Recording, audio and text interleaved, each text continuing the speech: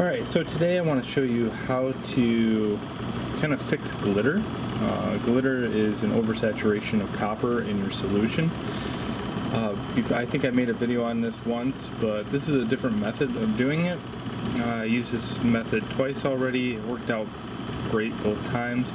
Ideally, just make sure that you're keeping a good ratio of 2:1.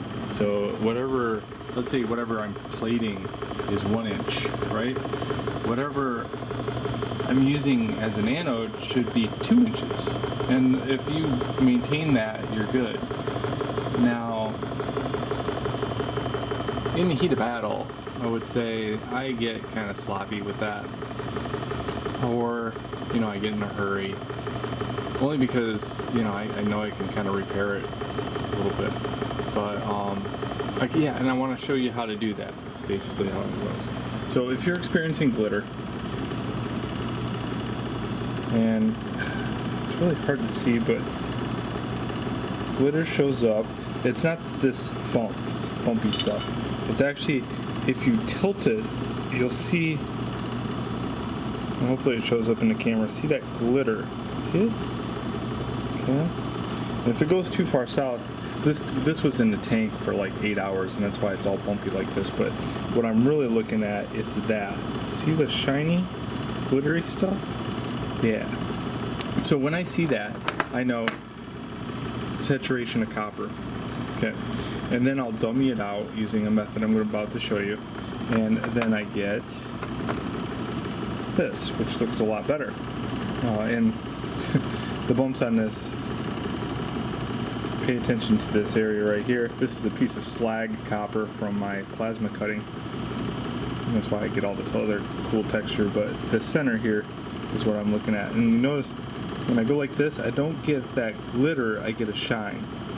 Okay, that's different. Okay, then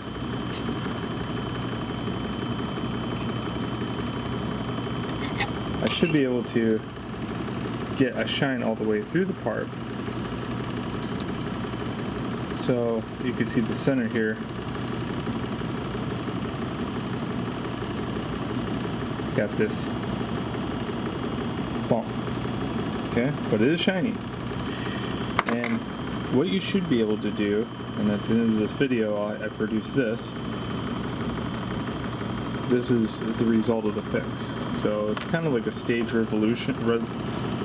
This is the stages of it being repaired. But you can see definitely quite a difference. And if you're experiencing something like this, you can get it quickly back if you make your own solution. Now, if you're not making your own solution, please don't attempt this.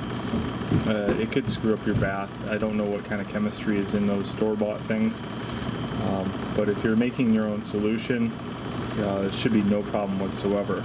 Another thing this video is going to show you is putting steel in your tank, which is not always recommended. But it's a quick way to dummy things out. As long as you're cleaning the steel very well, and I'm going to show you a way to use galvanized steel.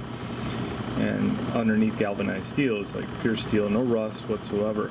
It's the rust that you really have to worry about, the iron deposits.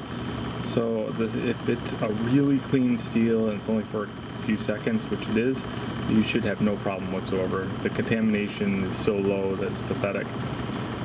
Another thing is, you might, after this, like after I see this, I still am going to carbon filter the whole solution, because it's just good practice to carbon filter after a dummy. Okay? For me anyway. I don't know if anybody else does that, but that's what I like to do. Cool. So, I hope you enjoyed the video, and I'll show you that method. So, have fun. Okay, the first thing you're going to need is a piece of galvanized steel. They use this stuff to put ductwork in your basement. Okay, so it can be found at any hardware store. It's very cheap, and that's why I'm using it. I have to get the zinc off the surface before I could use it. So, that's my first mission, is to remove the zinc. To remove the zinc, I'm going to use muriatic acid. Okay? about 3 shot glasses, or I think it's an ounce per shot glass or something like that, but you don't need much. Don't overkill this. You just need a container to hold this in there, and just add acid. Don't overthink the whole measurement, okay? You'll know when you have enough because it actually bubbles. So I have a container here, and this piece of metal fits down in it just good, sweet. And make sure it has a little bit so it sticks out so you can grab, so you don't have to put your hands in the acid. Any container will work. Make sure you put the water in first and then the acid. You know how much acid you have? Well, you stick it in there and it should start fizzing. If it doesn't fizz, you don't have enough muriatic acid. In this case, it is starting to fizz because you can see it at the very bottom. I don't know if I can actually focus in on that, but it is starting to fizz, but I could add a little bit more. You'll see a reaction that's a little bit more volatile than this if you have enough. And do not breathe the smoke coming off of this. It's very bad for you. The solution should look like this. Now let that sit in there for like 15 to 20 minutes. Okay, if your solution has stopped bubbling, it is ready. So you need to rinse this plate off with water, and preferably distilled water. So rinse that off and then paper towel it off and make sure it's nice and dry before you add it to your solution. And I'll show you how to use it here in a sec. Okay, so I've done this once before and my solution is kind of light, so I'm gonna do it one more time. It's not gonna hurt it, but basically there's 2 tones here. You see them? You do not want to go above that line, so don't go above this line. Only stay below this line. Okay, and what you do is you dip this in.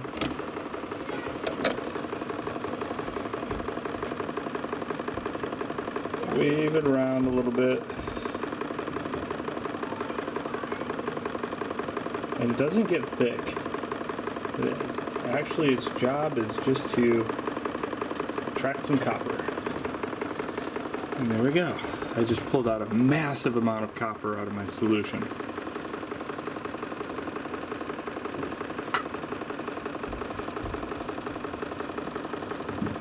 So now, let's go to the next step where we test. Okay, because we might have to card some out again, but we would want to test to see if we have to do that first. So I'll show you how to diagnose your solution. Start by cutting a 1/2 inch by 1/2 inch piece of metal. It could be slightly over, slightly under, but just about 1/2 inch by 1/2 inch. Okay. Preferably copper. Get yourself a hook, and first put the hook in the solution.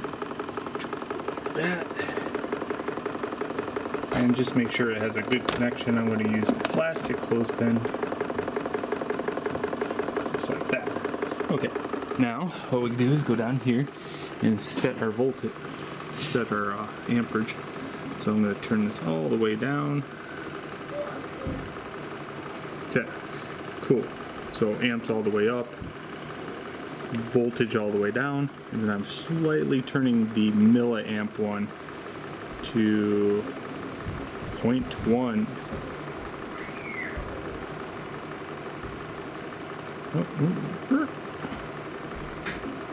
There you go.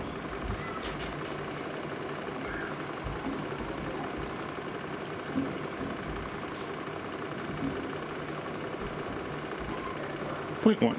There we go. Sweet. So that's what I want right there. Amps. 0.1 amps. Cool. So now this hook comes out. It's probably brown. You can clean that off just by basically rubbing it between two fingers and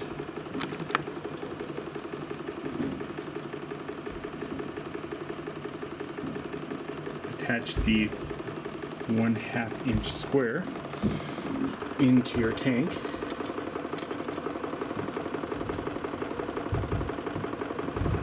Make sure that you have about 2 inches of anode, which is that anode over there.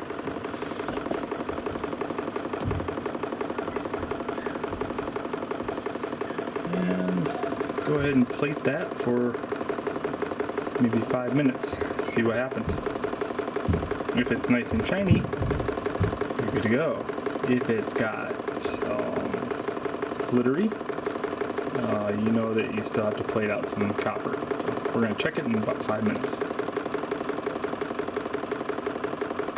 Alright, so it's been about 15 minutes because I lost track of time. Let's check our little square.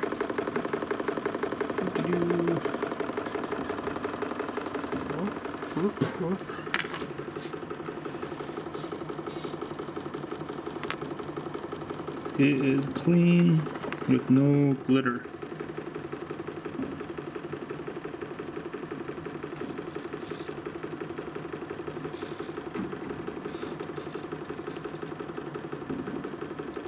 And it's really super hard to see that in the video, isn't it? Oh, there we go. Maybe that.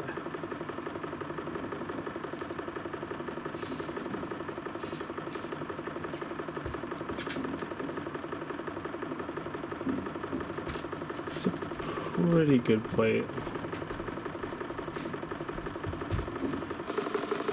So it's been about, I want to say 6 hours since I made the change to my bath. And what I did is I inserted a square, same 1/2 inch all the way around. Reason for that is, like I want to, the chemistry needs a little time to settle. It's not one of those things that just happens. It does definitely need some time to settle.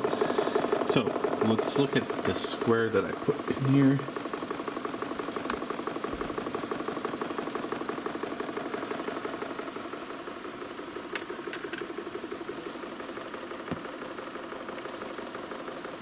See, it's nice and shiny. Very cool. There we go.